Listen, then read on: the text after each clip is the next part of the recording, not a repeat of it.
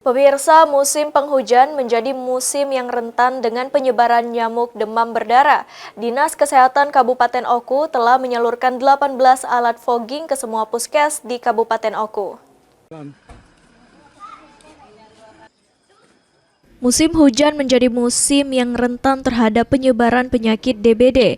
Di Kabupaten Oku sampai dengan akhir tahun 2025 belum ada catatan kasus DBD.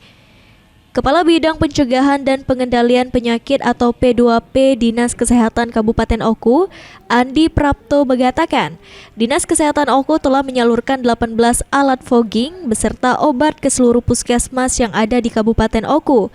Hal tersebut dilakukan agar ketika terdapat penemuan kasus DBD, maka pihak puskesmas bergerak cepat dalam hal pencegahan.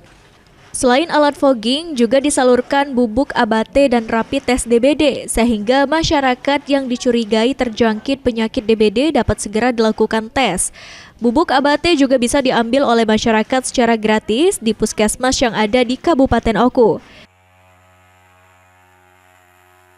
Kabupaten Oku telah mendistribusikan ke seluruh puskesmas di Kabupaten Oku Komering Ulu alat fogging beserta obat-obatnya.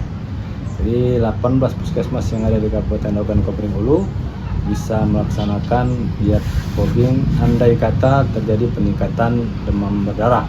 Di samping juga kita telah mendistribusikan abate sebagai upaya pencegahan yang bisa digunakan dan diminta oleh masyarakat di Kabupaten Oku Komering Ulu di puskesmas. Ditambahkan Andi, gejala DBD yang perlu diwaspadai adalah demam yang disertai bintik merah pada kulit.